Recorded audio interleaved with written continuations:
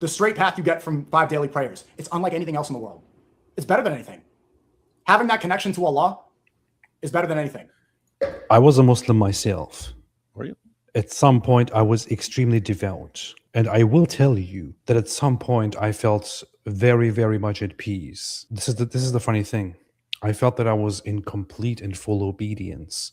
And being in complete obedience to Allah made me happy and brought me peace. Although I was also constantly in anxiety about not being able to properly be obedient to Allah, about missing my prayers, about missing my obligations. I was constantly chasing after trying to obey Allah and His commands properly, lest I be punished brutally. But I was following and I was obeying, and it felt good.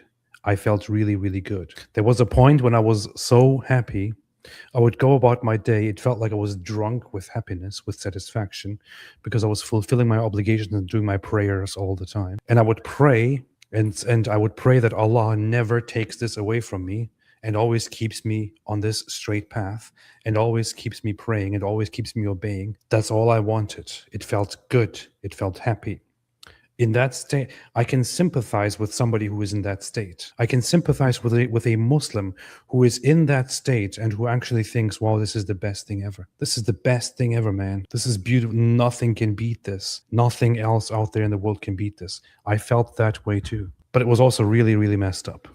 It was also really, really sick. Because while I was feeling that pleasure, as I just said, I was also constantly in anxiety about continuing this. I was terrified of not being able to continue it. I was terrified that I couldn't fulfill my prayers, my obligations properly. I was terrified that Allah would punish me brutally if I go astray, if I don't fulfill my obligations properly. I was terrified that Allah is going to burn me brutally and torture me for doing wrong things. I was terrified that Allah will take this away from me. I was so I was hoping that Allah would keep me on that He would keep me praying. So yes, it felt peaceful to be obedient, but I was also constantly terrified of this tyrant that Allah is. And that is what Islam does to you. It brainwashes you to become a loving, submissive slave that it's in a brutally abusive relationship, the most brutally abusive relationship that you can possibly think of. And this brutally abusive relationship, which you submit yourself to, when you submit to Allah, also turns you into abusive people. This is why Muslims become such abusive people, because they are in an abusive relationship with Allah, who tortures them, who threatens them, who abuses them mentally and in the afterlife physically, brutally.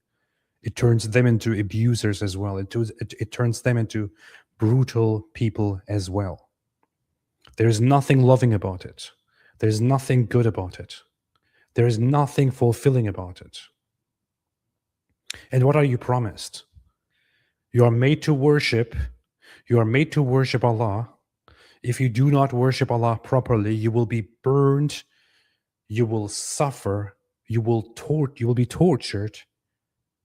There will be no end to your suffering. Even if you die as a Muslim, you will probably go through years, decades, hundreds of years of suffering before you may enter heaven.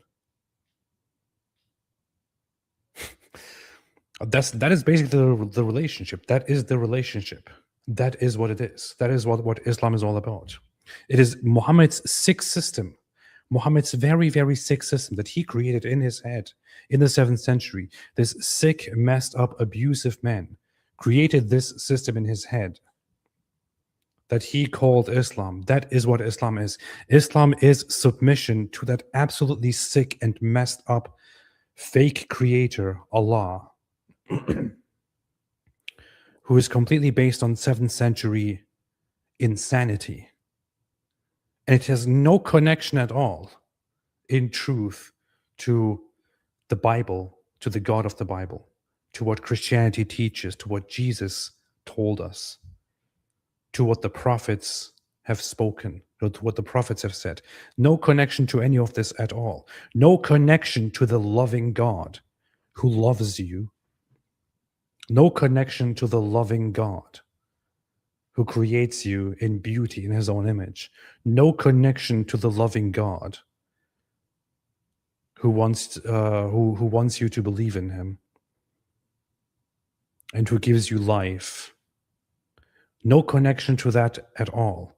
This God is a product of 7th century insanity who creates a world of torture where he creates beings just to torture them for fun and games. That's it. Any kind of satisfaction or peace that you feel worshiping that sick, insane thing is just another insanity. There's nothing good about it. Free yourself from that delusion. Free yourself from the sickness. Free yourself from the stupidity. Free yourself from the abuse. Free yourself from lies, from 7th century nonsense. Don't be an idiot. Don't be an abused victim who is happy with his tyrant God, with his abuser. Don't buy into the pedophile rapist Muhammad who forcibly converted people. Open your mind to something real. Leave Islam behind. It is stupidity. It makes people stupid. Don't be dumb. Don't be a Muslim. Thank you.